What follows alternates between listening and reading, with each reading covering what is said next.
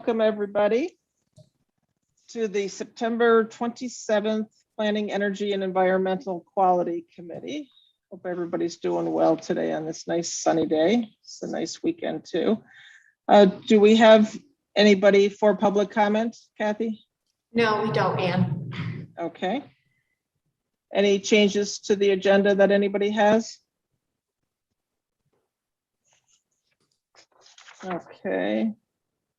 And I see everybody's here except Dave McKenna. I don't see him on as a member right now. I don't see him attending. Okay, but everybody else is here. So minutes approval we'll go to next. We have the minutes of August 23rd. Would somebody like to move them? Moved by Amanda, seconded by Deborah. Let's see, so we're gonna vote on those. Dan? Yes. Amanda? Yes. Deborah?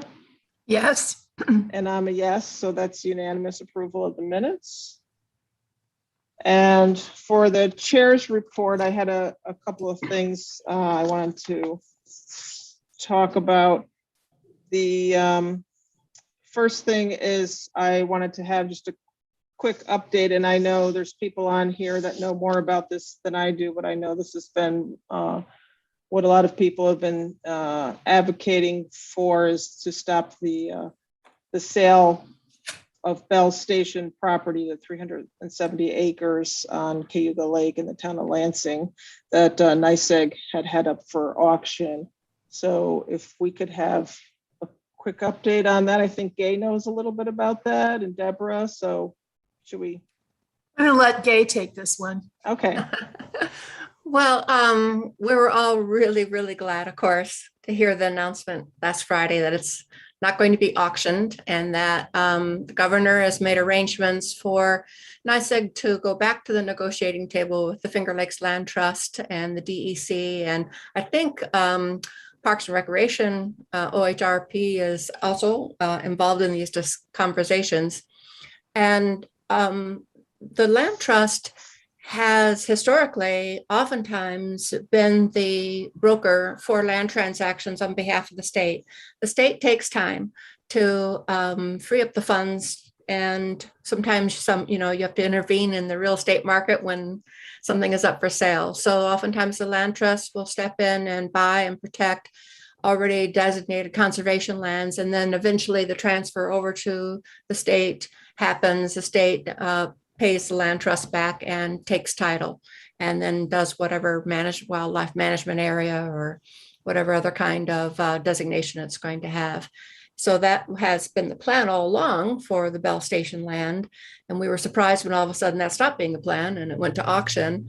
But we all rallied, as you all know, and the governor stepped in and NYSEG cooperated. And saying that they'd always wanted to cooperate. So there was an issue around the PSE and case law in terms of why it would maybe have to go to auction on behalf of their shareholders, NYSEG shareholders. But so it's great that it got back on track. And Martha probably also knows a lot about this because she's been very involved. She just joined us. Hi there. Well, I missed the beginning of that, so I'm sure whatever Gay said is full and correct and true. Did you have a particular question, Gay? No, they just wanted to update and how this land transfer will happen. I don't know how much longer they'll take at the negotiating table, but I know that a fair market price was already offered, and I guess people speculated that real estate values have gone up so much that NYSEG was looking for a new estimate on it. I don't know. I don't know those internal things. None of us do. But it's just great that they are going to, it's going to be publicly available land. That's the important part. Don't know how long it'll take. Let's see. We have Katie and then Deborah. I just wanted to add that people might not remember, but a lot of our conservation planning work done by our own Scott Doyle here on the call today played into the importance of highlighting this great area and how important it was to protect it. So I just wanted to point that out, as well as, all the incredible work that Ed Marks did while he was in the position of planning commissioner as well. And our own EMC. We've done a lot, this to me is a feel-good moment for planning. You don't always see the tangible results of your work, but all of that laying the groundwork made it so that all the people could rally around it and have some really firm talking points, and what the town of Lansing did, so important. So thank you for laying all that groundwork. Deborah? Yeah, further to what Katie says, I think it is a feel-good moment, and the community, the county, the town of Lansing, Assemblymember Kelles, Senator Helming, and the governor, everybody had to work together to make this happen. I sent thank you notes to Senator Helming and Governor Hochul, and of course, I've been in communication with Anna. I think further to the point, the Finger Lakes Land Trust, as I understand it, cannot pay more than assessed value. Is that right? No, I think it's the state that can't pay more than appraised value. Praised, correct. Okay, so yeah, so appraised, assessed. I think, Hold on a sec. Dave McKenna just joined us. Dave, we're talking about the Bell Station property, and that NYSEG has agreed to not auction it off and work with Finger Lakes Land Trust to buy it and transfer it to the DEC. Go ahead, Deborah. yeah, I was just going to say that the Lansing board apparently took action last week to put a moratorium on development. And I would suspect that that's going to have a negative impact on the appraised value of the property. So that's a good thing to know as well. Thanks. Okay, anybody else on that topic? Okay, great. Well, I hope everybody was able to, really feel good about that. I heard some people say, oh, I didn't think that, anything could be done. But as Katie and others have said, laying all that groundwork and continuing that work and having great organizations like the Finger Lake Land Trust, our EMC, our great planning department that's been working on this for years. So it doesn't mean everything comes out this way, but it's definitely was working towards that goal of preserving that land. So congratulations to everybody. And I'm really grateful to have, just stand on the shoulders of everybody who's done this work.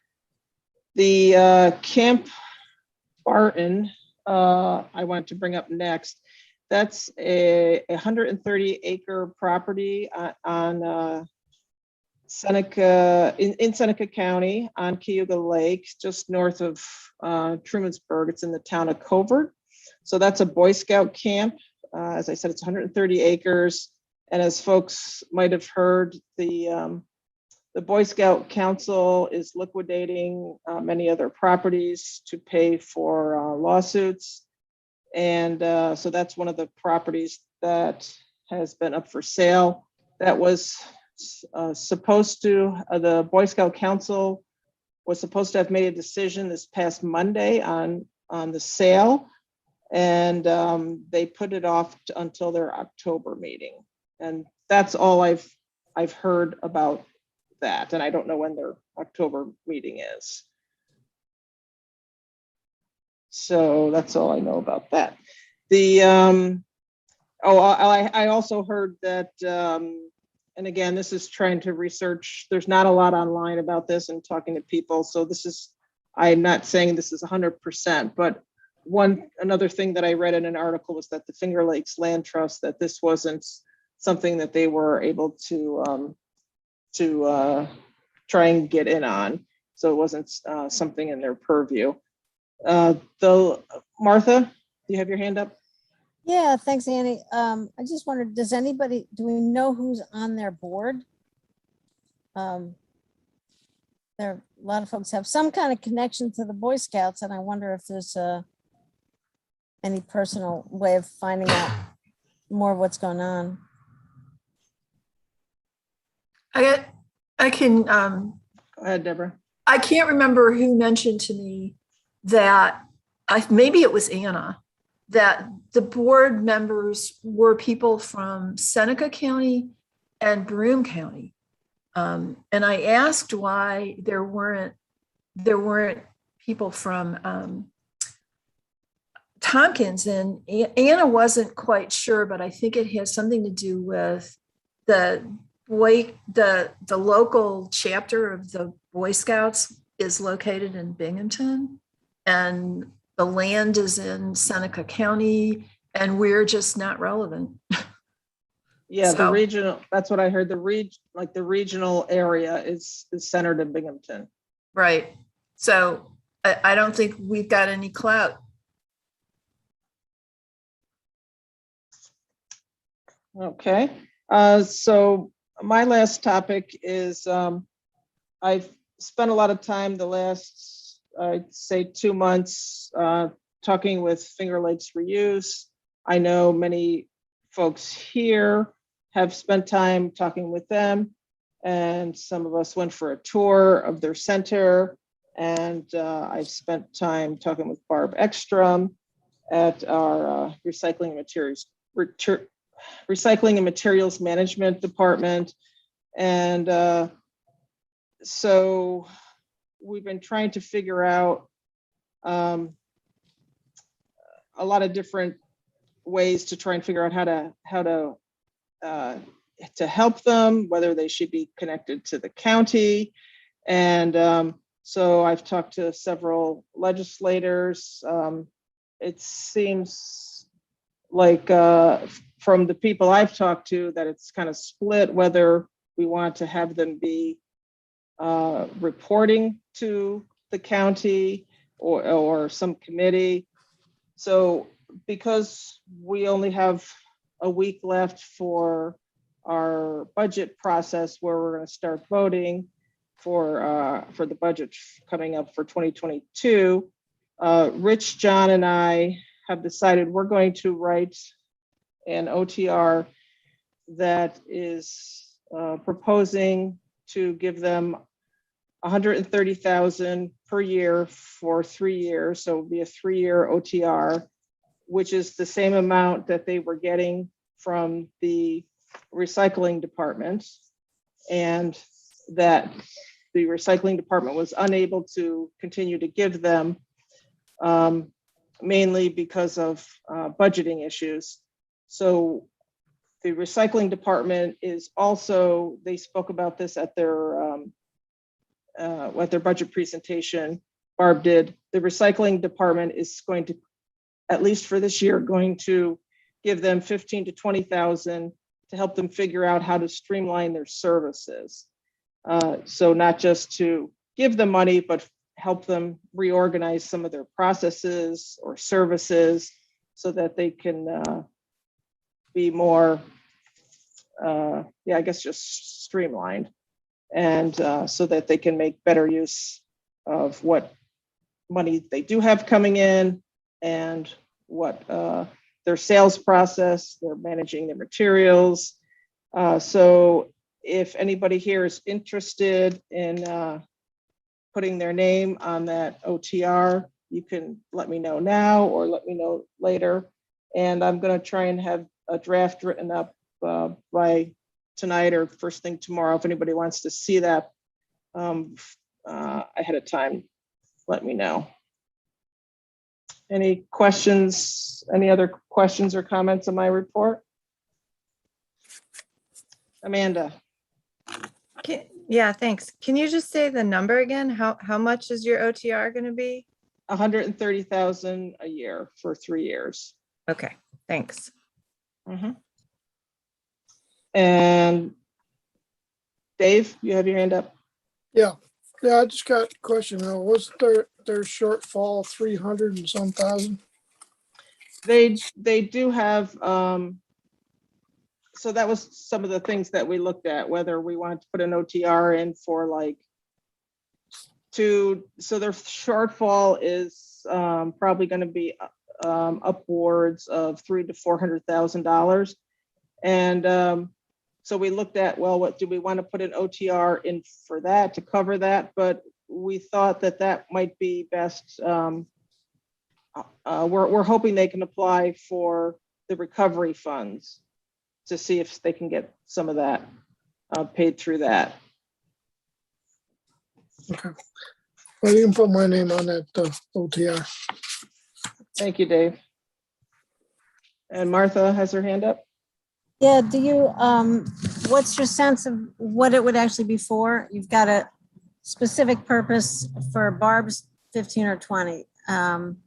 What would this 130 a year actually do? Part of it is to just cover their general operating expenses as the recycling department was, but I'm going to also put in there as far as looking at their organizational processes and also streamlining their services and streamlining or enhancing their grant process, because some people here and other people offline have talked about they might be eligible for other grants that they're not pursuing. Okay, I'd like to see the write-up, and I'll probably sign on to it too. Okay, thank you, Martha. Yeah, thanks. Deborah? Yeah, I just want to say, I appreciate you giving us a heads up on this, Annie. And I know that technically this is somewhat in the portfolio of this committee, but this is going to be a budget issue. And I think we ought to just stop talking about it here and save it. Thank you. I wanted to give people a heads up because for one thing, in our process, a lot of people here have been asking me if we're doing anything for Finger Lakes reuse, and they're in our current budget process. I don't know as there's a way for when someone submits an OTR such as this, that it be talked about or presented anyway. So I just want to give people a heads up. So the next thing is our county administrator's report. Lisa, do you have anything for us today? I can share just a few items that may be of interest to this committee. Of course, you all are aware of, as we're in the budget season, of the capital programs that seek to get the county to net zero emissions by 2027, in large part through the green facilities and green fleet initiative. So we're excited about that. Also, we've been working on the RFP for the management of the county's recovery fund. So that is in process. And then just in terms of the other things that are on our plates, we have seen the local COVID activity has pretty much plateaued at 30 to 50 new cases per day, and we're still monitoring severity of disease and hospitalization. And we are launching, I say we, Amy's been key in this, launching the county's mandatory vaccination and testing program for employees next week. So that's a little smattering of what we're up to. Thank you, Lisa. Any questions for Lisa? Okay, thank you very much for the report. And I know you're really busy, so I'll leave it up to you as usual if you want to stay in the meeting. The next we have our Planning and Sustainability Department. And I see Katie Borgella on here. Do you have anything for us today? Yeah, just a couple of updates for you, please, Annie. Just wanted to let people know that I did return to work on September 13th, but have only been able to be working half-time, and that'll continue through mid-October. So if you're having longer delays in replies from emails from me, that's a reason for it. And it's been difficult for my staff and challenging for everybody. So I just want to acknowledge the hard work that all of my staff have been putting in my absence. Also wanted to let people know that we have started interviewing for the senior planner focused on energy position, and we're very hopeful that we'll get a great candidate or a great employee out of that search process. And also, I'm not sure if you all have known, but for a couple months now, we've had 2 staff members who once again stepped up to the plate and are helping public health with the contact tracing calls, primarily on weekends, which I know is starting to get a little old to them, but was necessary. So that's what our staff has been up to for part of it. Also wanted to let you know that Darby has been working on this implementing a municipal discussion is what we're calling it, on regulatory tools to protect riparian buffers. And she was looking at all the different schedules and literally couldn't come up with a date that wasn't conflicting with some municipalities' meeting schedule. So she's decided to make it part of a Cayuga Lake Watershed Intermunicipal Organization meeting, which seems like a nice solution. So that'll be on Wednesday, October 27th at 7 p.m. As part of their regularly scheduled meeting. And she's going to be working to get the word out on that. And then finally, and Scott, jump in if you have anything to add, but the Green Fleet update, people have been busy working behind the scenes, getting electric vehicle purchasing, moving along, and looks like we have 2 plug-in hybrid vehicles coming for facilities and public safety, 4 fully electric vehicles coming for recycling, ITS, health department, and facilities, and also 5 pursuit rated hybrid utility vehicles for the sheriff's department are coming soon as well. So that's moving forward nicely. That's all. Thank you. The only thing is the infrastructure to support. Whoa, sorry about the echo down in the basement here. The infrastructure, the charging infrastructure for those vehicles too are something we're facilitating, and our facilities department's helping to install those pieces too. Excellent. So I heard that public safety, they had got 1 vehicle, 1 hybrid vehicle. Is that correct? One hybrid vehicle, and then 5 of these pursuit ready. I guess that's sheriff, but it's all public safety, right? Right. Right. They're a really exciting case. Yeah. So these pursuit vehicles, and then this plug-in hybrid vehicle for their deputies to go to their trainings. They're also very interested in talking about a fully electric vehicle for next year too. Okay, I'll have to run up there and help them practice with the pursuit stuff. Okay. Yeah, Annie does flying starts 0 to 60 in a blink of an eye. It's all legal, only to 60 most of the time. Okay, now, any questions for Katie? Thank you for your report, Katie. And next, Scott, you're up with the, let's see, why don't we put the resolution on the floor and then Scott can talk about this. This is the resolution adoption of the Tompkins County Hazard Mitigation Plan 2021 update. Would someone like to move that? Deborah? Dave seconds that. Okay, so Scott, why don't you, we'll give you the floor here. Yeah, thanks. Of course, on the, you've probably seen on the memo, a little description on packet pages 8 and 9, but I wanted to give you just a little overview on a very short presentation of a couple key components of things that I think if I were in your shoes that I'd be interested in. So I'll share my screen here for a moment and try to pull that up.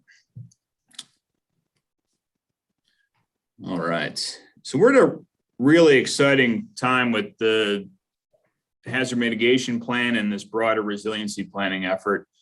A couple of weeks ago, we got notice from FEMA that we submitted the full draft to them and it met all their requirements. We anticipated a couple things that were covered and they've sent it back to us. It's approved pending local adoption, which is what we're talking about here.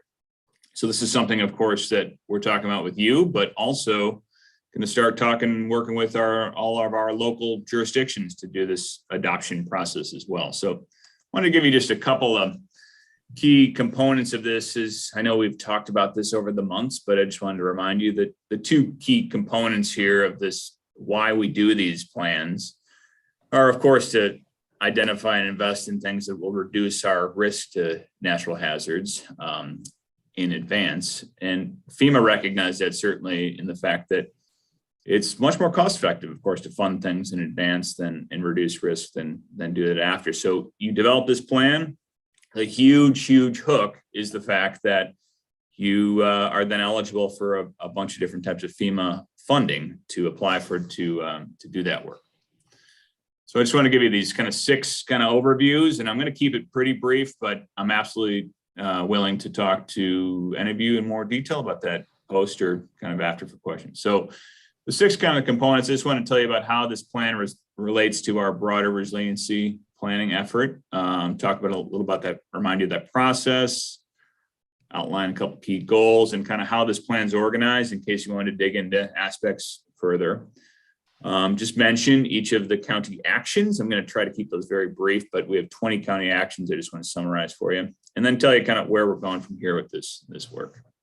So to start off, you probably remember this graphic I shared with you a couple different times, but we're of course at the front level of this. The hazard mitigation plan is really one of the key kind of foundations for our broader resiliency planning effort. What's really exciting though is typically, we wrap this effort up and then we start thinking about, hey, how we can implement these different actions. But we're actually running full steam with these other 4 components right now this fall to really advance a couple of other key actions we've had in previous plans. That these are kind of climate-based actions that have taken a little extra effort. So we're actually working with our consultant from Tetra Tech to advance each of these components. So you'll see more of this information soon. But what's really exciting is in 2022, in that first quarter, we should have this integrated plan together to really think about what we need to do across the county to advance really meaningful resiliency actions. This is this little schematic that I don't expect you to look at great detail. We talked about this back in I think March when I talked about this draft plan release, but it's certainly some contracting delays with state contracts, but we got things rolling in late 2019. A lot of the background work, the bringing together partners, a lot of the process work was done in 2020, which actually worked pretty well. And then a lot of the kind of plan development, actual documentation was happening more this year. Process is really key in this thing. A lot of new players in a lot of our communities, new highway superintendents, new elected officials. And this is, I think, a really tangible, helpful way to kind of connect with those folks and think about what we're doing together on this front.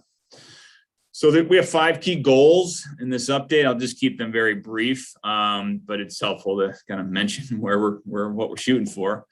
The first goal was just improve the resiliencies of systems, particularly that support our public health system. I think that's important to think about, and of course, sustainable development.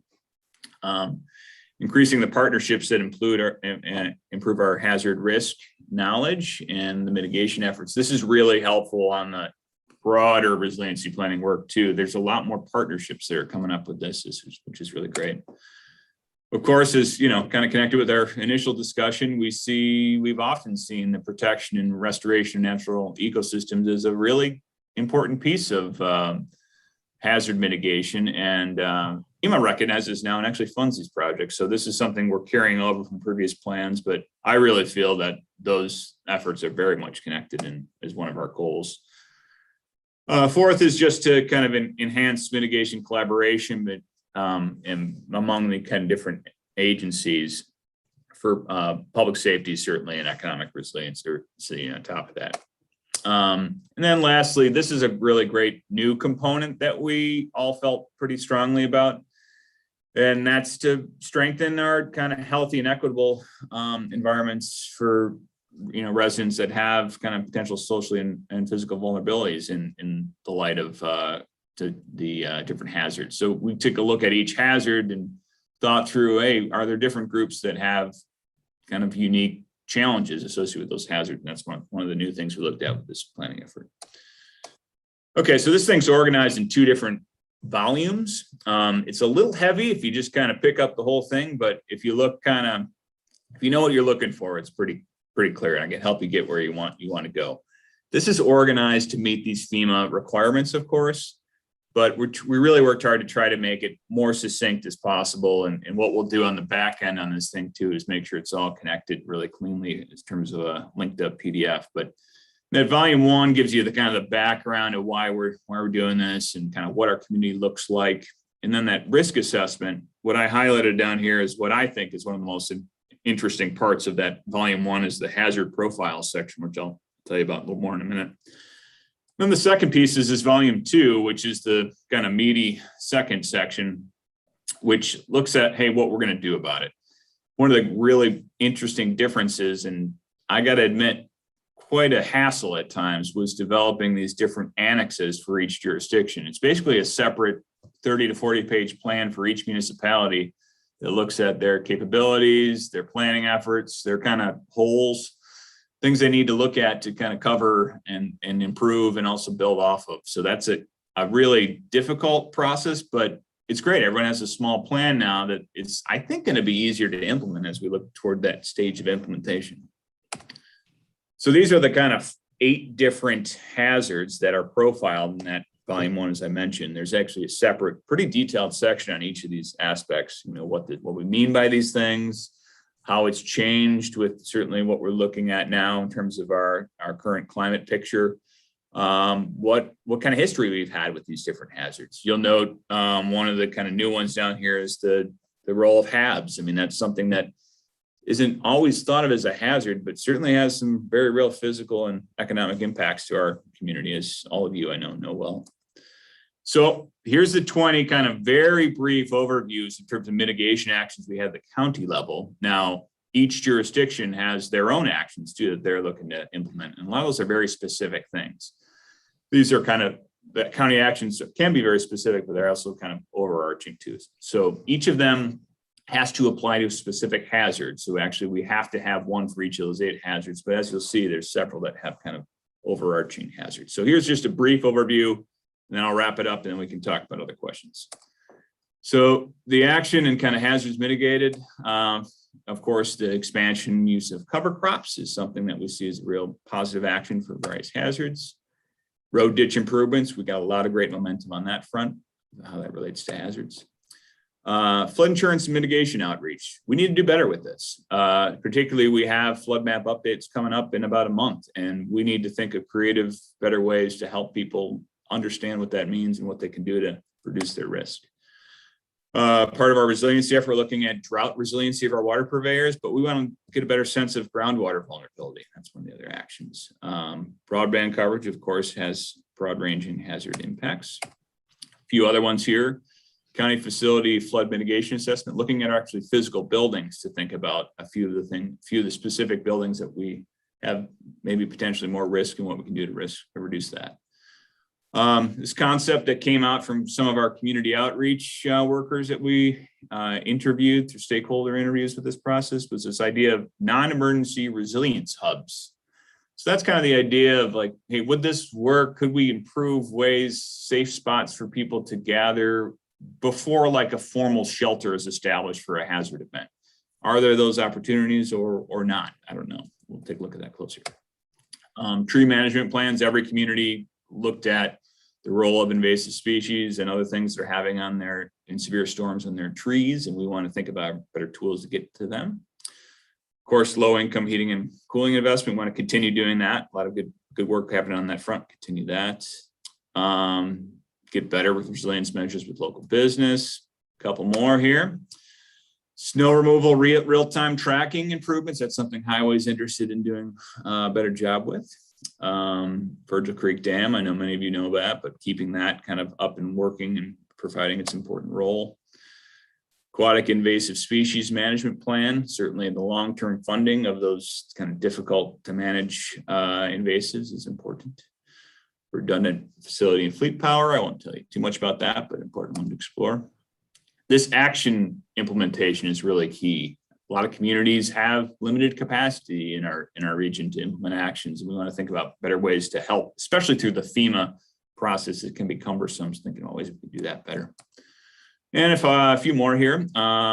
Of course, we learned a lot this last couple of years about community response and public health coordination, continuing that kind of great work, ways we can do to improve that.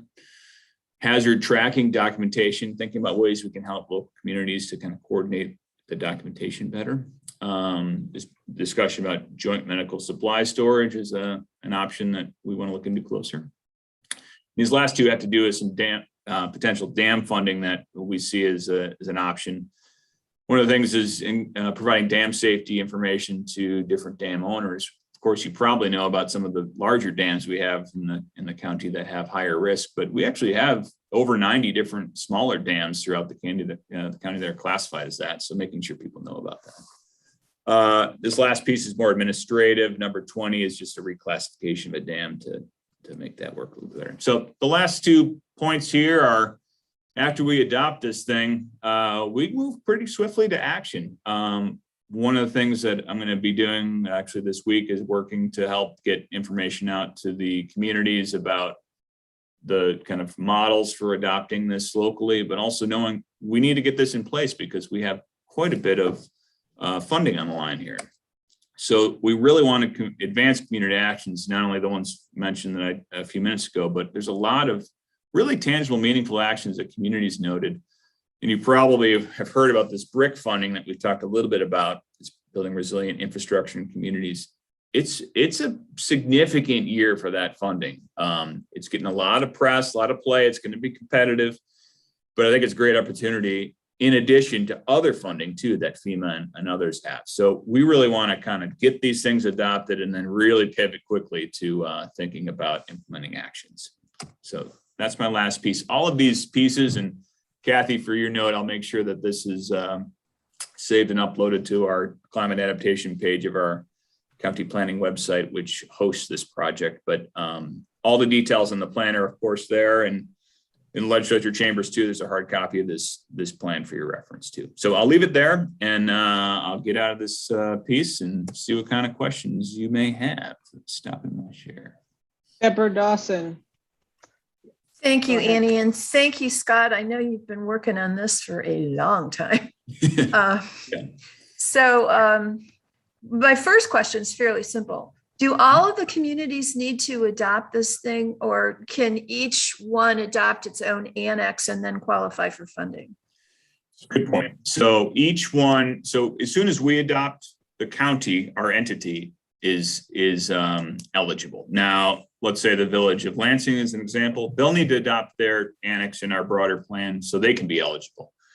Now, we don't need all 16 to be adopted for one of us to apply for funding. But if you wanted to apply for funding in the next 6 months, you should adopt this. I thought that was going to be a pretty onerous task in the past. It hasn't been as difficult, but part of what I think is going to help is, hey, there's a lot of money on the line. Let's make sure you have a chance to apply for that. Okay, and then my next question is, I noticed that there isn't a heck of a lot or anything really in this that deals with climate change. Is that because FEMA didn't include it in the parameters for the plan?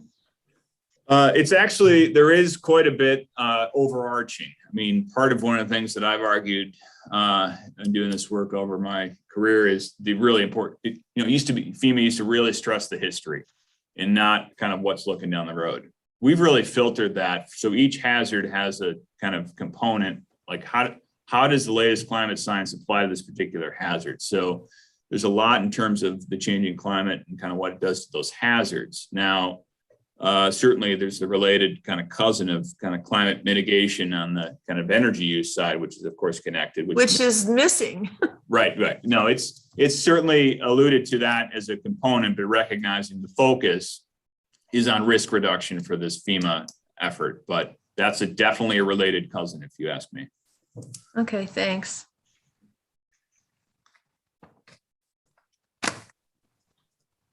Amanda and then Martha.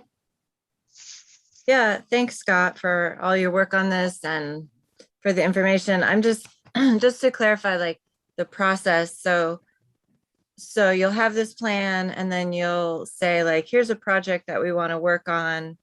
that applies or fits into this plan, and then you apply for funding like for that specific project.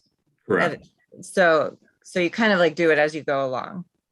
Yeah, and you know, there's a really, one of the things the state emphasizes is the importance of kind of keeping up on this too. So this is a shot in time. We realize these are things that people are concerned about right now, but knowing we may have another issue that comes up in next year that relates that we could consider. So yeah, it's broad eligibility and then assessing and applying for specific things is the second piece for that. Okay, that makes sense. I guess, and this isn't really a complete thought, but just thinking about HABs and, you know, knowing that like the Water Resources Council is working on stuff and the IO is always talking about it. I mean, obviously you're talking to those people and like, so like if they came to you and said, hey, can we work on this project together or something, like, would you collaborate with them or? Yeah, like, certainly. It's partly what I think is great on this is to show that this is all, that it does connect across kind of disciplines. And so this is one of the things that I think is another really helpful thing to think about is hazard mitigation isn't just these FEMA funded kind of engineering projects, but it's kind of broader than that. And so there's mitigation takes many different forms. So yeah, absolutely. I think that's what we want to do is build more of a really resilient network of people that are thinking about this from different angles. Great, thank you. Martha, go ahead.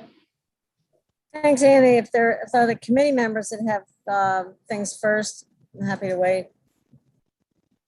Okay. You're next. Go ahead. All right, thanks. Scott, I know you're watching the NACO. NACO has a lot of resources about the BRIC funding. So that's, you know, if I don't have to, I've been sending you stuff, but I think you're already flued in directly. Okay, that's great. Yeah, a lot of great things coming out of that too. Yeah, they're real helpful.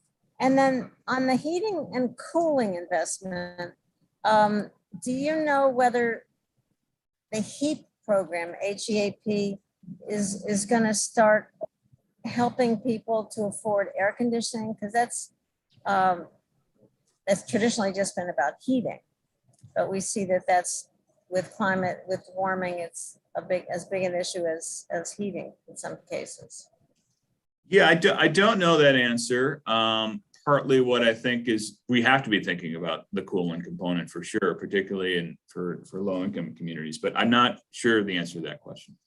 That might be something that Kit Caphart would be aware of because that's administered out of DSS. And then Great. finally, you mentioned groundwater vulnerability. We've been doing an aquifer studies for, you know, since I've been here. So is that continuing or do we have what we need? How does this fit into that? Well, it's a really interesting question. Actually, I was just speaking with environmental health about that very issue in terms of what the information is coming out of that, how that can give us a picture of our drought situation or not. I think that some of that gives us a sense, but I also want to get a better kind of comfort level of kind of what those folks in the county that are relying on well water, how that kind of changes. And that's of course largely independent of the aquifers, but not always. So I think there are some ideas that we're talking about in terms of can some of even the wells that we've utilized for aquifer work, can they be indicators for overall groundwater, certainly health we can, but maybe in terms of levels, that's something we're exploring a little bit more, but we need to understand that more. Yeah, I mean, that might be, since we've got at least 2 decades of data, it might be really interesting to see whether there've been any trends. Yes, absolutely. All right, thank you. A great report and great study. Thanks. Yeah, you're welcome. Thank you. Thank you, everybody. So Scott, most of the questions I had were covered by other folks. Just 1 or 2 more. So Tetra Tech has helped the municipalities with this, doing their part, especially the smaller municipalities, because that was my concern of, you know, if it would take a lot of time for you guys from planning to do this. So I'm glad that Tetra Tech is helping with this. Did we get I mean, from the looks of this, it looks like we also had every municipality last time in 2014 also. Yeah, one of the things that we've, way back, this planning effort was done with, communities that wanted to be actively involved. We worked pretty hard to involve everybody last time. But I think this is partly because of this annex piece that I mentioned, but also I think the people involved, we just had kind of a little more engaged kind of participation for all the municipalities. And so, everybody was involved. And what's strangely is there's a lot of different people too. I mean, there's a lot of people that we worked with this go around that were great, but didn't have the history of it too. So it was a kind of a difficult thing, but also brought some nice, fresh kind of perspectives too. Okay, good to know, because obviously the county, we could have, you guys could draw up these great plans, but if the municipalities aren't engaged and aren't participating in this, then it really doesn't do much good. So this is really good to see. I'm glad Martha brought up the heat as far as the air conditioning too. Just one last question I had, and I'll preface it with, I actually thought, what Deborah mentioned about there's certain things that aren't covered in here as far as, climate change. To me, I see a lot of things are covered. So I kind of looked at it from that aspect, but Deborah's right. There's not everything's covered in here, but I was, a lot of things are that, from the aspect of a lot of these things are getting more extreme with climate change and are being more affected. Well,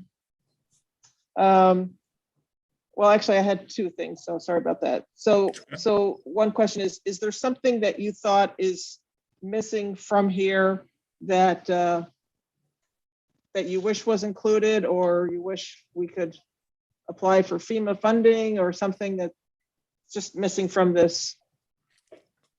Well, what you don't see here is, of course, what you can see them certainly if you want to look in detail for each of the individual annexes for the municipalities. There's a lot of really complex adaptations. I really think is climate adaptation as opposed to mitigation, really, and which is strange because this is a mitigation plan. But I think what you don't see, but also is a difficult thing to get your head around, and also kind of think about how to implement, is a lot of these like on the ground kind of detailed municipal issues that they're wrestling with that have real major climate impacts. And so that one example is, of course, like the city of Ithaca's dredging of the dams and connecting with dams for how that relates to so many different issues. So there's a lot that's in there that I wish we had easier solutions for, honestly, but I wish, and partly what I'm really interested to see how this fits together with our other kind of resiliency efforts, to think about how we can really get, can tackle these things from different points of view. But I don't know if anything's missing per se, but what I'm really interested too is this next stage of like, how do we actually, get some traction on these important issues? Right. And, the implementation is, of course, going to be a huge piece, as we saw with, the pandemic. Right. It's like, preparing and actually, being, ready to go out there and have a plan, have the people to implement the plan, and, is huge. Katie, you wanted to add something? Well, I just wanted to add with the talk of climate change, when we updated the plan 5 years ago, I think we were perhaps the first county to include climate change projections in our analysis of which hazards to focus on and how to address them. And that's kind of a standard thing now in this process, which is interesting. But it used to be they would just look back on how many rain events you had and do a straight line projection from there. And we kind of pushed the envelope on how to do this, looking at climate science and what we're really looking at facing, just so that's kind of baked into this process now. Well, thank you for always be forward looking. Deborah? Yeah, I guess my point was simply that the best way that we can respond to the climate crisis is through beneficial electrification and shifting our position on energy and getting closer to net zero. And unfortunately, that's, I guess, not considered a response. It's considered a preventive measure. So I guess, sorry, Annie, I'm a glass half empty kind of girl. Yeah, I think it's the part of this FEMA reality is I think it's a lot because of the funding that they provide, and it is potentially limiting on that. Is the reality that we're going to have to deal with this physically, for at least a short period of time, hopefully, or hopefully not as long as we're anticipating, but thinking about how we can reduce that risk, physically to do that. But definitely, I agree with what you're saying in terms of that piece needs to go hand in hand. But that's certainly not how FEMA sees it in terms of their funding structure. Right.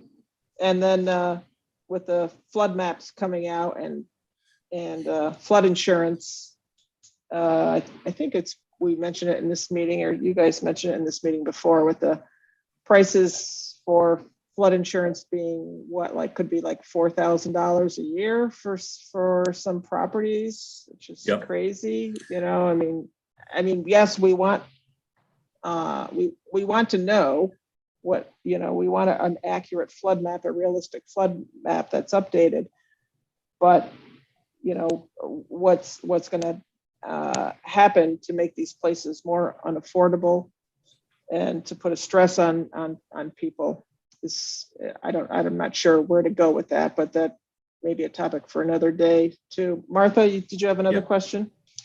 Yeah, just very briefly, I think we need to kind of understand and accept that the phrase climate, or the word resiliency, in many places around the state and especially the country, that's kind of code for climate change. That it is, say, more politically acceptable to talk about spending money on resiliency than on climate change mitigation. And for better or for worse, I think we can do a real lot under that rubric. So I think we know what it means. I think other people also know what it means without being forced to call it that. If I can throw that in there. So I know Scott gets that too. Thanks. Yeah, I don't care what they call it, as long as they're doing something about it. Yeah. Rose by any other name, but I'll stop there. Okay. Let's see. I think we're all set. Any other questions on this? Scott, thank you. And Katie, thank you. And I know it's took a team effort on this, and thank you for all the work you guys have done on this. So now you're done, right? You don't have to work on this anymore. Yeah, we're done for 5 years. Put this on the back burner so I know, Yeah. yes, it's going to be. I'm not even thinking about climate change for 5 years now. We're good. No, you don't have to. You just have to think about climate resiliency. Oh, right. Yeah. So What am I calling it? Right. Annie, I think we have to vote, don't we? Oh, that's right. Thank you, Amanda. Amanda, how would you like to vote on this? I would like to vote yes. Yes. Dave, Yeah, Dan, Yes. Deborah, Yes. and I'm a yes. So that's unanimous. Thank you for all your work on this and for your. Thanks for your presentation. continued support. Look forward to talking to you about other resilience efforts coming up very soon. Yes, always glad to talk about climate resiliency. Thank you. Absolutely. enjoy your vacation, Scott. You got 5 years left. Thanks, Dave. All righty. So on to our next topic. We have a presentation from Sustainable Tompkins, and Gay Nicholson is here. So I'm going to let you take it away, and I'll let you talk about what you're going to talk about today. All right, thanks, Annie. Let's see if we can do with a screen share. Is that working? Yes, perfect. You're in? Yep. Well, glad to be with all of you. I know most of you and you've known me for a long time, but I'll go ahead and provide some background for maybe some staff members who are less familiar and those who might listen to this later. But Sustainable Tompkins is a local nonprofit. We've been working since 2004 on all sorts of different aspects of sustainability in our community. And we've done a lot of our own work, but also we've done a lot in terms of supporting the local movement. You may have heard of our neighborhood mini grant program and our Science of Sustainability awards, that kind of a thing. But we've also, a lot of our programming and work has been in the climate and energy arena. Many different energy fairs, workshops, conferences, etc. And back in 2010, I was motivated to create our own local carbon offset fund, mostly because of the kind of scams and lack of transparency and a lot of what was going on in the local carbon markets. But also because I wanted to take more of a systems approach and use a carbon offset fund to address what I consider humanity's two major problems right now, which is growing income inequality and climate disruption. So all of the carbon offset donations that come to us through our program are then given back out in grants to low-income families in our community to help pay for energy improvements to their homes, insulation, air sealing, installation of high efficiency, low carbon equipment, that kind of thing. Our goal is to see these low income households become climate smart and climate ready. Speaking of hazard and risk reduction. Since carbon offsetting is kind of a foreign concept for many people, we try to keep it quick, easy, and affordable. At our website, fingerlakesclimatefund.org, you'll find a carbon calculator where you could put in the details of a trip that you took or your building energy use, and it'll calculate your emissions and what the offset will cost. We try to keep it affordable at $25 a ton so that everybody can participate and can afford to offset at least some of their carbon footprint. So who offsets their carbon? Over the years, we've built up kind of a community of people who are willing to take responsibility for their carbon emissions. People offset their vacations, their honeymoons, trips to visit the grandkids, family reunions, and all sorts of business and conference travel, as well as fleet emissions from businesses and buildings. Who gets the offset grants? Well, all of our recipients, all the awardees make less than 80% of the median income for that county for their household size. Single parents are our largest category of awardee, but lots of senior citizens, as well as young families, immigrant families, and first-time home buyers have received grants from us. And I want to note that in terms of who gets the jobs, oftentimes our grants are providing a bit of gap financing to allow a project to go forward for a low-income family. And so in a way that is benefiting our local contractors who then have more jobs and can make payroll more easily. Our NYSERDA certified contractors have just been essential to our success. I've been working with them for years now, and they bring their low-income customers to us and apply on their behalf. So it isn't the families applying to us, it's the contractors applying to us for these grants. So we consider this a win-win-win situation where offsetters get a way to take responsibility for their emissions. Our awardees can get clean, affordable energy in their homes, and we're supporting the local economy. So we've done so far given out grants for 70 projects. Actually, I'm working on number 72 right now, and 10 of the counties of the Finger Lakes region, and almost $116,000 given out in climate fund grants that have offset over 6,600 tons, prevented 6,600 tons of carbon dioxide from being emitted into the atmosphere if we hadn't made these improvements to their homes. I have been on the Heat Smart Tompkins board for the last 5 or 6 years. And when we heard that NYSERDA, that there's going to be new funding available through NYSERDA to help low and modest income folks tap into heat pumps for their homes, we jumped on the chance to apply for the grant so that we could combine extra heat pump incentives with our climate fund grants.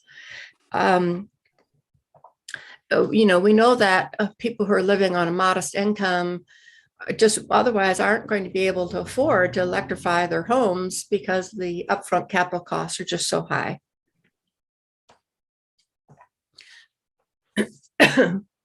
So since we started that program and almost 2 years ago now, we've done 74 projects using that NYSERDA grant money. And have given away over $185,000 to do these 74 projects. 41 of those got the incentive. I think I forgot to mention what the incentives were. So we've settled on a flat rate of an extra $2,000 for an air source or ground source heat pump and $300 for a heat pump water heater. And these are combined with the other NYSEG rebates and the other programs that are out there. So 55 of those 74 projects were home, air source heat pumps or ground source heat pumps, and preventing almost 8,800 tons of CO2 from being emitted. Been a busy couple of years. So we think that an important part of our outreach is sharing the stories of our awardees. We have a project portfolio page on our website where there's photos and videos and a little write-up of each awardee family about their project. But many more people see our posts about our awardees on our social media, Instagram, Twitter, and Facebook. Our frame is very consciously about celebrating our awardees as climate heroes who are leading the way by transitioning their homes to, clean, low carbon energy. We see it as a partnership between all the people who are offsetting their carbon emissions and our awardees. So I want to just share a few stories of some of the folks that have been helped with these grants. Shirley is a retired custodian and widow living in the house her grandfather built back in the 1960s in the town of Ithaca. Her propane furnace had died like a couple of years before she got help. She was using space heaters to stay warm, which were quite a tripping hazard. When her daughter came to visit, she got her put Shirley in touch with Erica Herman, who was an energy navigator through Extension. And she got her plugged into Heat Smart Tompkins and Snug Planet. And we got her an air source heat pump installed, along with insulating and air sealing the attic and her basement and installing some LED bulbs.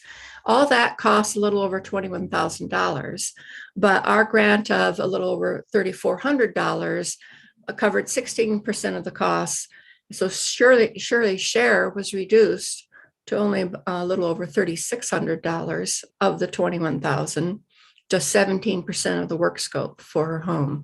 Now, the rest of that was the other things that were covered with the NYSEG rebates, as well as NYSERDA's Assisted Home Performance Program.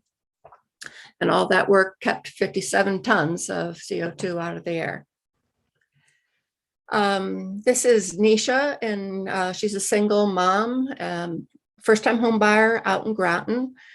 She moved in about 10 years ago, and the place came with propane heat. She did not like those escalating propane bills as the price went up, and she also is very conscious about climate change and wanting to get her home to be a little greener. So she was glad to get our a $2,000 heat pump incentive and a grant for a little over $1,000 for the 42 tons of carbon dioxide prevented by going from propane to an air source heat pump. And this is the Booma family down in the city of Ithaca in the south side. They originally started looking for air conditioning back in the summer of 2020 because they were just sweltering in their home. But then heard about heat pumps from a friend who had one and got enrolled in HeatSmart, got the whole house assessment, and ended up going with Daily Electric to install their air source heat pump, which happened just this past May. And they were really glad to be cool and comfortable this summer, especially given the humidity levels that we saw this summer. And they're also really glad to get rid of their gas line and look forward to being able to install solar panels someday on their home to reach zero emissions. Both Dieter and his wife work in the environmental arena, so they're very, very glad for this extra help and so that they could walk their talk when it comes to the climate. This was about replacing the natural gas and a wood stove. So this also means they won't be having to burn wood in a neighborhood, and that'll keep the air a little cleaner there. They got the full ride from us of $2,300 for the air source heat pump and the water heater that they got, plus a $2,000 climate fund grant. And here's a recent story, a fun story. This is Robin. She's a real community leader, been enthusiastically building herself a tiny house out in Enfield with lots of repurposed, reused materials to be as snug and insulated and cozy as she can make it.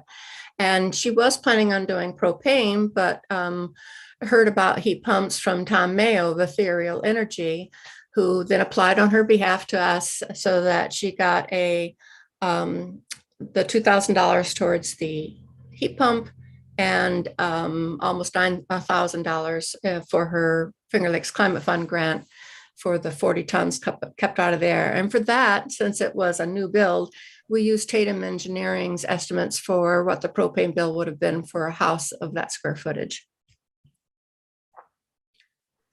So here's an example of, typical savings from a project like this. This is for a woman out in Danby who switched from fuel oil to an air source heat pump. The project cost a little over $16,000, but you can see that her share was only 27% of that because of the NYSEG rebate, an assistant home performance grant, our HeatSmart heat pump incentive of $2,000, and then also our climate fund grant of almost $1,800. Now, fuel oil is expensive, so switching to a heat pump is going to save her over $1,000 a year. Now, and yes, an air source heat pump costs about $3,400 more than putting in another fuel oil furnace. But with that kind of annual energy savings, the payback period is a little over 3 years, and the heat pump should last on average 18 years, which gives her plenty of years to reap the benefits of clean heating and cooling for her home. With a NYSERDA loan of only $32 a month and energy savings of $90 a month, she's got a positive cash flow of $58. It's really helpful for this lower income person. If you want to learn more about how the program works, you can visit our YouTube channel for Sustainable Tompkins. We have a playlist there that has lots of short videos about how does this carbon offsetting work, hear from people who make carbon offsets, but also learn about the incentives, how do heat pumps work? Why are they so great? Invite you to learn more there. Or if you can't remember all the different things we do, this is our digital business card, sustainflx.card with 2 R's.co. And it's a portal, digital portal that you can go to any of our 3 websites or our HeatSmart partners. And so you can also, of course, follow us on social media. We've been a very, stop the share.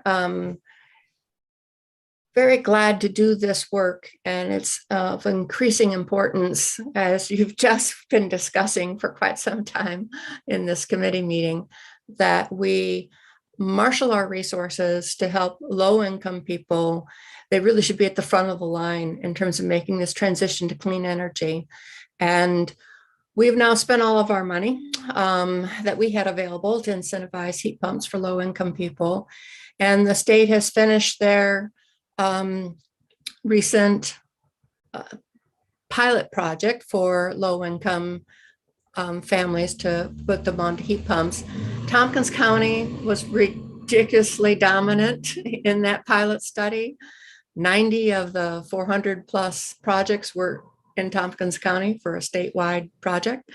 I have some slides if you wanted to see those later, just into the details of that. But I don't know when there's going to be incentives again for low-income people. It's a expensive upfront capital expenditure. Low-income people often have, poor credit ratings, so borrowing costs them more. I'm hoping that we can find ways to supplement programs, and eventually I think NYSERDA will come back with more incentives, but I don't know how long that will take. So I'll leave it there and see if anybody has any questions. Thank you, Gay, for your presentation. I'll start off with a question. As far as the CLCPA, are you in touch with folks like Bob Howarth about seeing if this is going to be part of it, incentives for people with low income? That's mostly assigned, yes, and I've been in those conversations. I think that a lot of that is on NYSERDA's plate, and that's why they did this pilot project to see, but people on gas were excluded from the pilot project because frack gas is so cheap that the economic incentive for the homeowner is even tinier in that case. So they know that eventually they're going to have to come up with a plan. Eventually, we're going to have to subsidize low-income people to electrify their homes.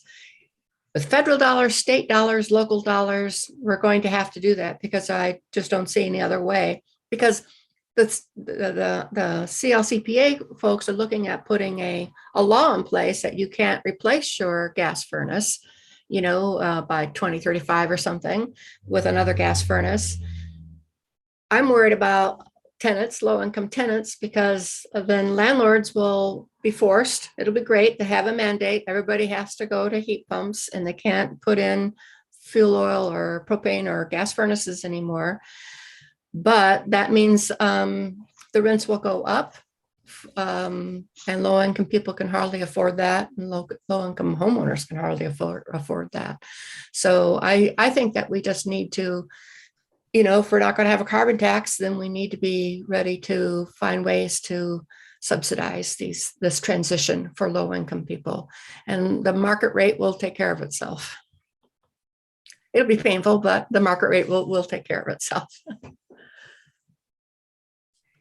Yeah, so so again, thanks for doing this presentation. And that's, you and I talked with Martha, and that's why we wanted to have you come here to talk about all the great things that you've been able to do with this program and what are the next steps. So is there certain parts of this? I mean, to me, that's the most glaring thing, of course, but as far as financing.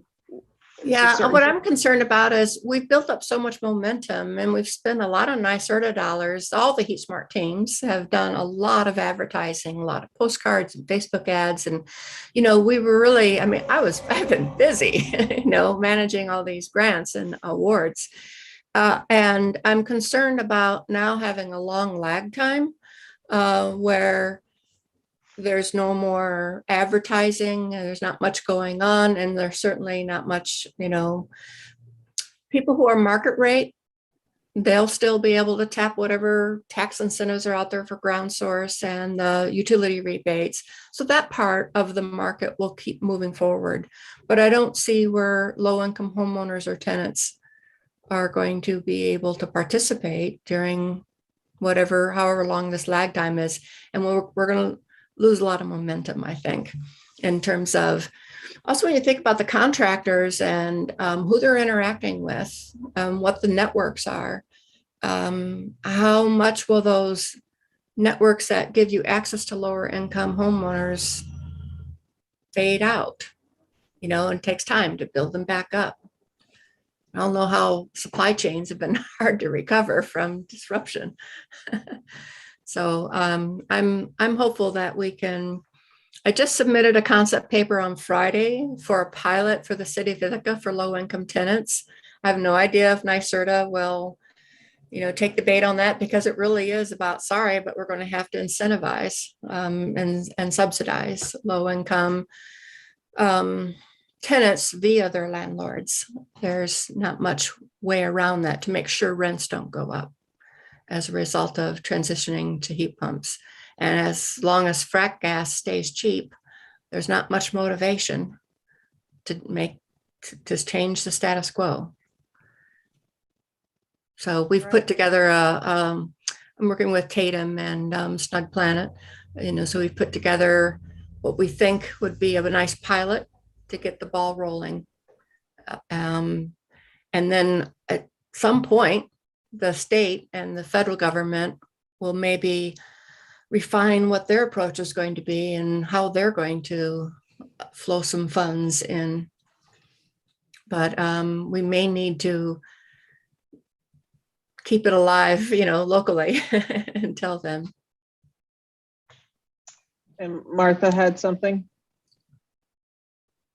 Thanks, Annie. And again, if they're committee members, so, wait.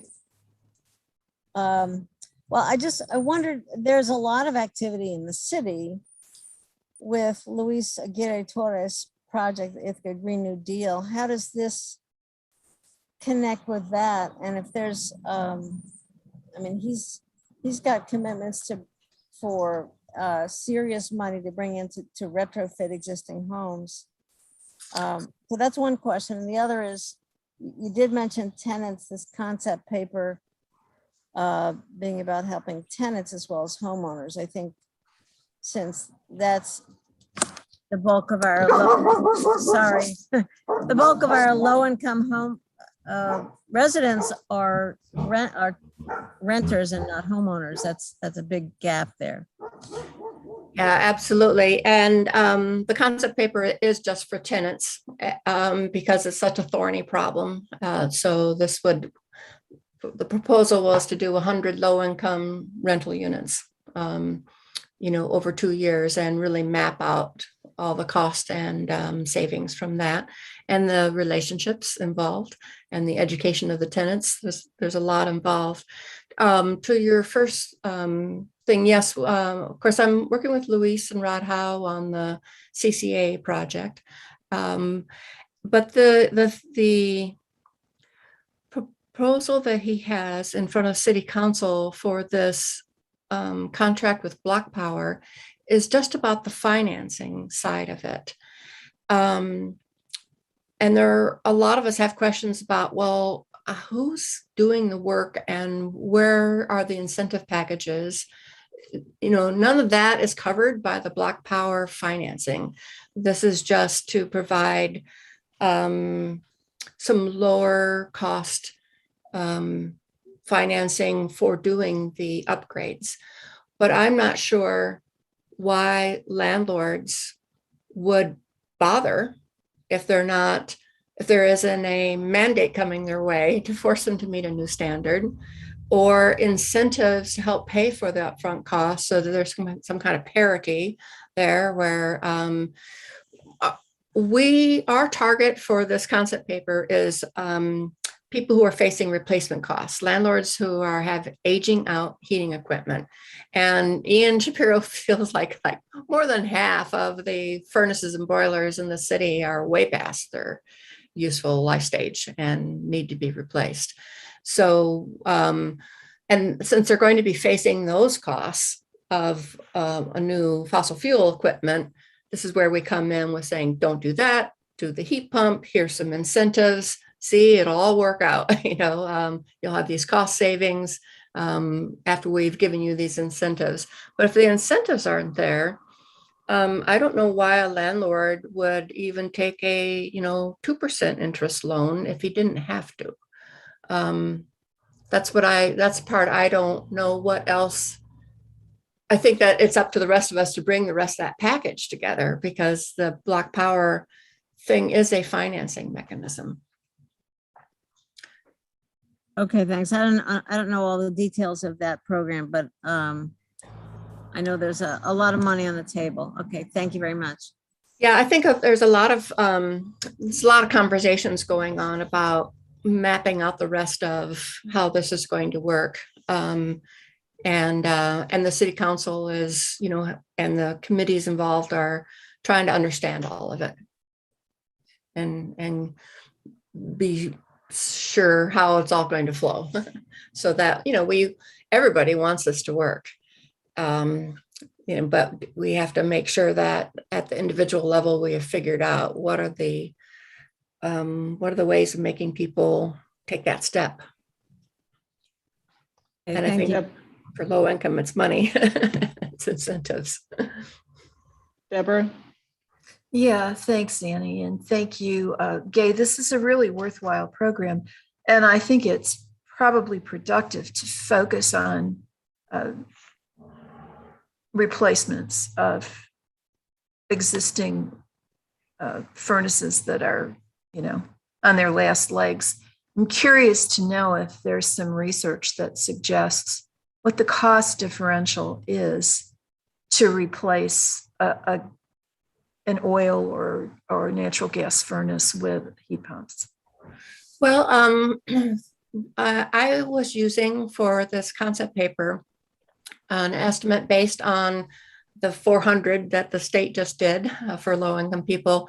They had an average price of around $20,000 for an air source heat pump installation, and about $3,000 for a heat pump water heater. And they often had to do about, on average, $7,000 worth of envelope improvements, because you don't want to slap in an air source heat pump until you've brought it up to comfort home standards, or you're just going to have performance issues. And then heat pumps will have a bad name because it's still a drafty, leaky place. So I'm trying to remember, I think it was $5,500 was the usual replacement cost for a gas furnace, and maybe $1,200 for a gas water heater. So yes, the heat pumps are more expensive, but then you're getting those NICEAG rebates towards the price. And for low income people, they qualify for the heat pump water heaters anyway. There's matching grants of 50% up to $5,000 for those who make 80% or less. And if you're Empower qualified, which is 60% or less of median income, then you can get up to $10,000 worth of free envelope work done. But I thought you said that those incentives were going away. No, those standard ones are staying there. It's the air source heat pump itself that doesn't have an incentive on a permanent basis. They've allowed some through on a case-by-case basis, but it isn't official. That's why they ran that pilot to try to figure out. And they ended up paying in that, on average, in that pilot that they just did, they covered 84% of the costs were covered through the program and the utility rebates. So to make it go, they were willing to put a lot of money on the table, but that was just for this pilot. It was $5 million. Did 433 projects. It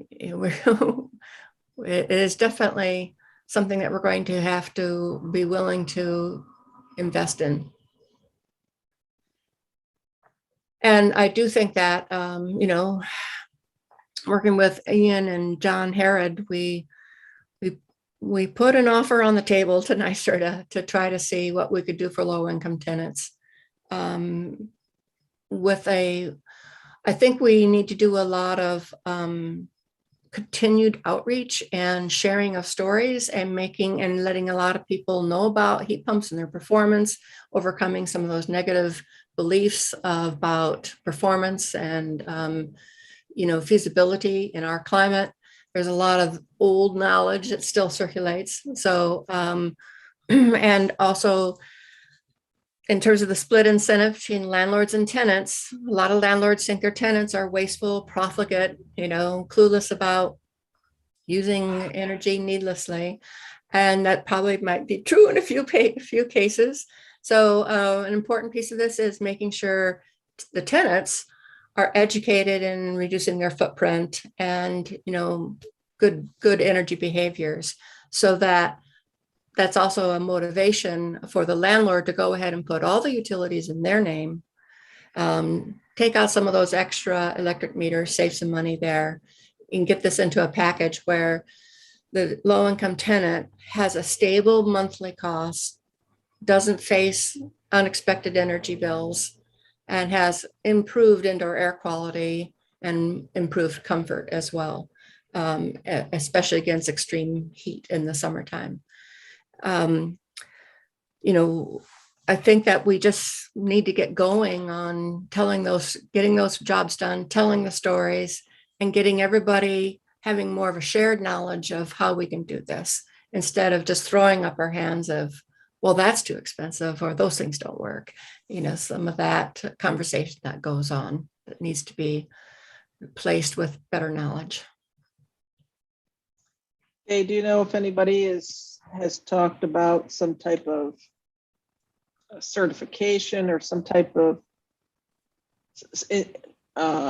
program to identify for tenants, landlords that have done this type of work to their buildings? So for instance, I'm just thinking about, when I was renting, if we educated, I know it's a whole process, not easy, but like, say if I'm looking for an apartment and I see one that's listed, hey, this one is certified, whatever, locally certified, it's going to cost more per month for rent. But I know because they're paying for the utilities, or maybe I'm going to have less in any utilities that I'm going to be paying for, or maybe I would just be willing to pay more because it's more an energy efficient building.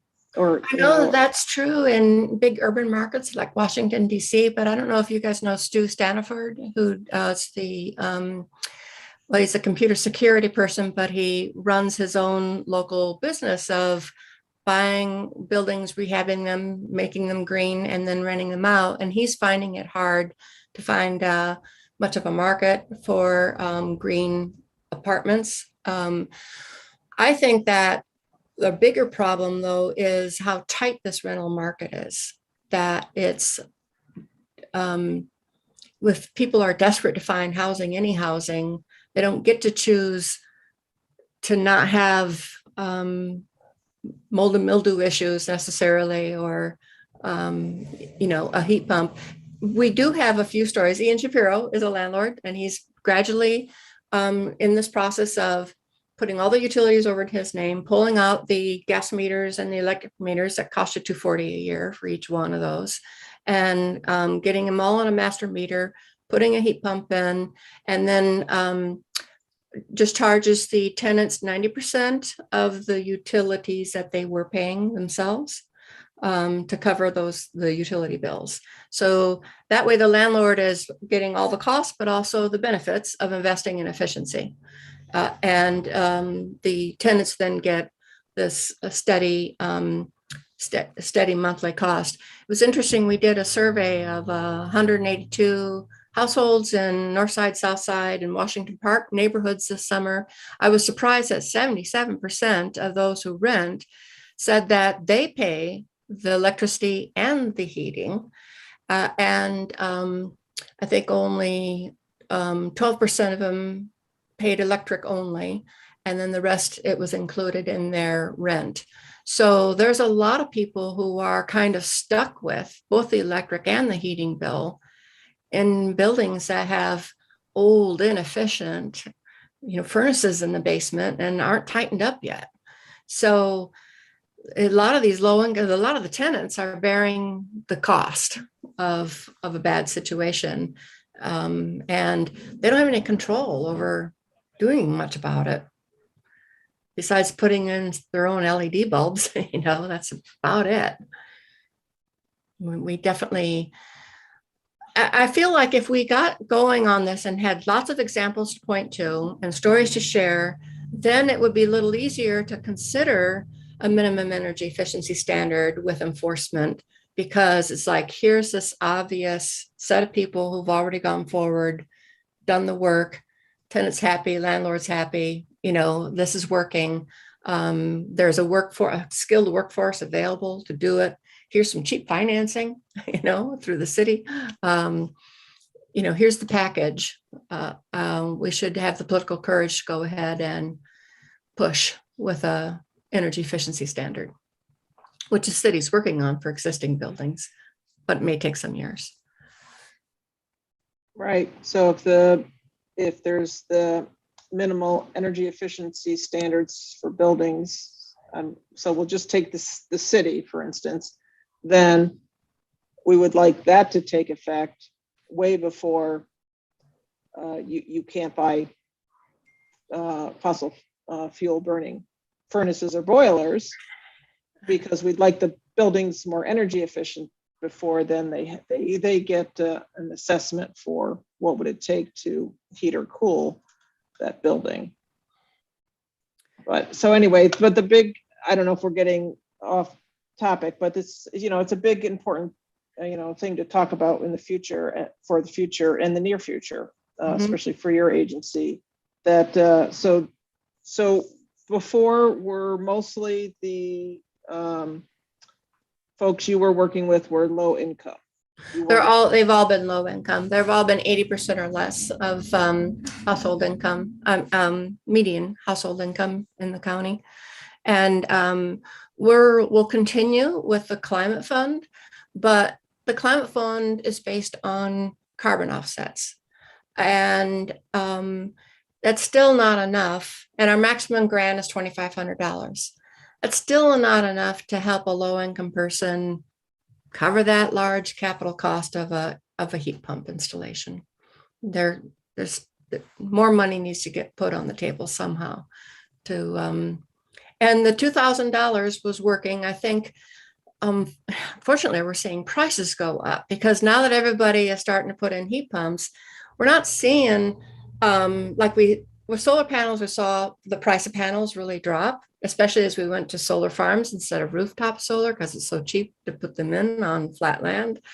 But we're not likely to see that with heat pump installations, because demand is outstripping supply and is likely to do nothing but go up on the graph nationwide.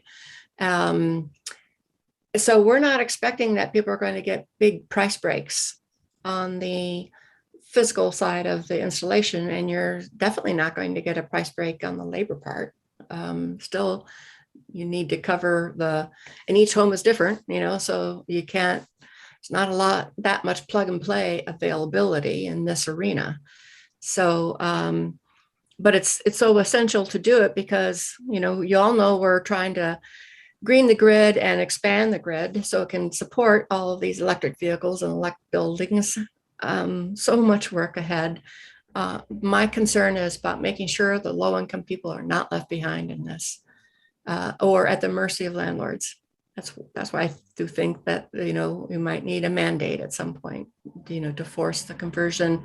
And I think that if something is rented, that's a commercial contractual relationship. So I think it's okay for government to intervene when it comes to a, commercial relationship like that. Between a tenant and a landlord. We have health and safety standards that they have to meet.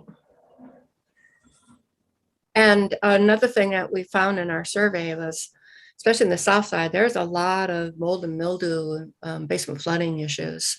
So indoor air quality is also affected in this older housing that hasn't been brought up to speed. And asthma is the most common indoor health complaint associated with indoor air quality.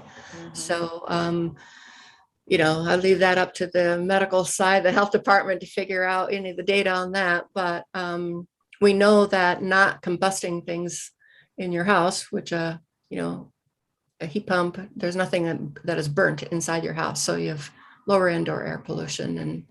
And people are really talking about the studies coming out about how much indoor air pollution from your gas stove happens, and oven, or unvented gas water heaters. So there's good health effects from going to heat pumps, as well as the efficiency and being able to run them on zero carbon electricity. So if there are funds that come available to the county that could be used to, for us to be able to continue to offer incentives for heat pumps, I think that would be really good for keeping the momentum going and continuing to help low-income people make this transition in our county. If NYSERDA does do the tenant one in the city, there's still a lot of low-income homeowners in the county that need some help. We'll also probably have some pretty aging out equipment. I mean, some of these boilers are like 40, 50 years old that we've gotten rid of. It's kind of amazing that they still function. Are there any other committee members or anybody else on here that wanted to add anything?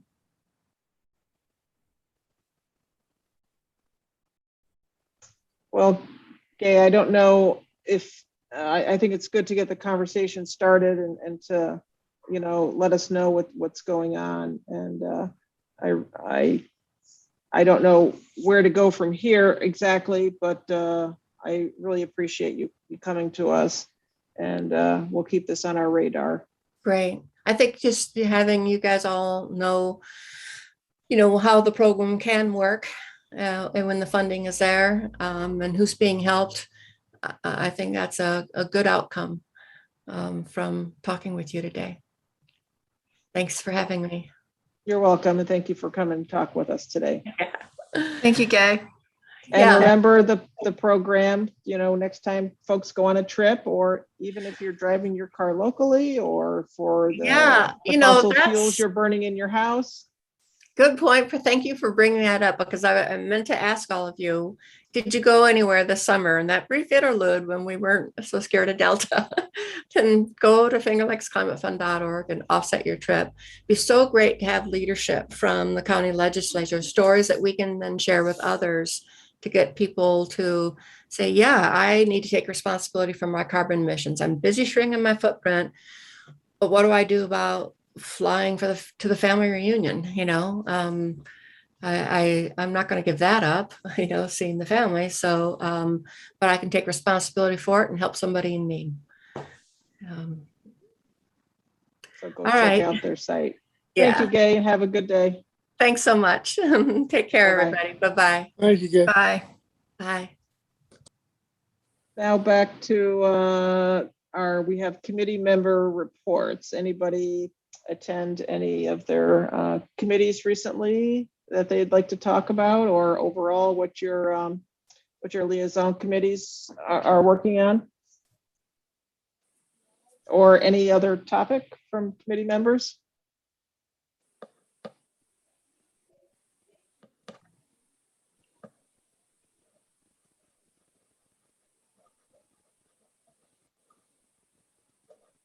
Are folks going to their committees? I think you are. Maybe for next month, if people can think about it, next time you go to your committee members, jot down a thing or two, and to bring to us, let us know what's going on, with those committees. Would be great to hear. And is there anything else anybody wanted to bring up before we adjourn for today? Okay. I motion that we adjourn, and I'll see everybody else very soon tomorrow night. I think. Bye. Thank All right, you. thank you. Thank you, Kathy. Thank you.